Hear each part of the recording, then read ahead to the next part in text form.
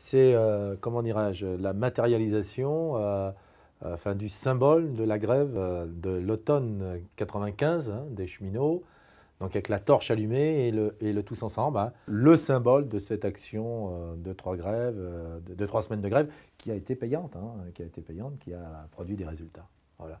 Je m'appelle Didier Lerest, je suis breton d'origine, cheminot de profession et aussi parallèlement donc responsable national de la Fédération CGT des cheminots.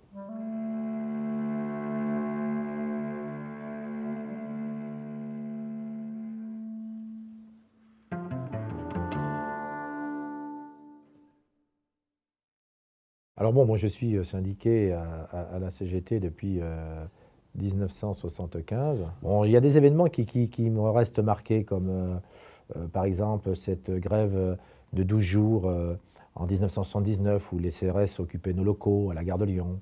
Et il y a eu aussi la mise en service commerciale pour la première fois du train à grande vitesse, le TGV, le 27 septembre 1981 à la gare de Lyon. Et puis on a eu aussi la grève de 3 semaines, une grève difficile dans l'hiver 86. Bien le Bruno? Bonjour, Didier Lerest de la CGT des cheminots. Ça va et toi? Le verbe qui caractérise à la fois mon engagement et ma vision du syndicalisme, c'est combattre. On ne peut pas concevoir un syndicaliste qui serait simplement sur la défensive, le dos au mur. Il faut effectivement défendre. Moi, je pense qu'il faut défendre, ce que d'aucuns appellent résister, mais il faut aussi être en conquête. Et à partir de là, quand on est en conquête, eh bien, on a des propositions alternatives à des choix que nous contestons et à des projets que nous refusons. Je vais attirer leur attention, qu'ils soient hyper vigilants quand même. Le déclic a été pour moi à la fois ma condition d'origine, où j'ai été, puisque je suis un enfant d'assistance publique, j'ai été abandonné très tôt, très jeune, par ma mère qui était bretonne, et j'ai été donc recueilli à Paris, à Saint-Vincent-de-Paul, et après placé dans des maisons d'accueil, où la première d'entre elles, j'ai été maltraité.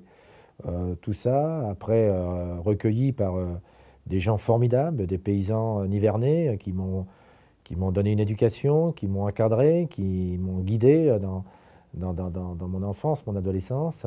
Et à partir de cette situation, et lorsque j'ai pris conscience que je ne connaissais pas, que j'avais été abandonné, que je ne connaissais pas ma famille naturelle, je me suis dit que la société était contre moi, qu'elle ne me reconnaissait pas. Et donc là aussi est né à la fois caractère de rébellion, caractère d'indépendance. Et peut-être qu'aussi mes origines bretonnes ont aussi, se sont conjuguées avec ces dimensions-là.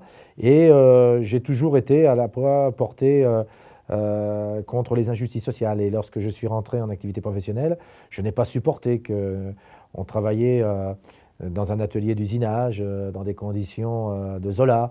Et donc, lorsque le syndicat CGT que nous avons créé a permis d'améliorer les conditions de sécurité, de travail, d'hygiène, voire de rémunération, je me suis dit, ben voilà, il y a une action là qui est forte et qui a des résultats. Et donc, c'est pour ça que je me suis engagé rapidement dans les responsabilités, mon investissement syndical.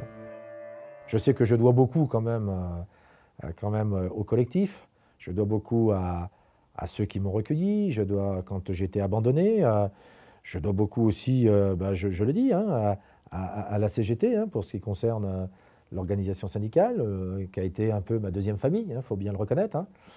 Donc voilà, c'est pour ça que j'utilise beaucoup le on et le nous.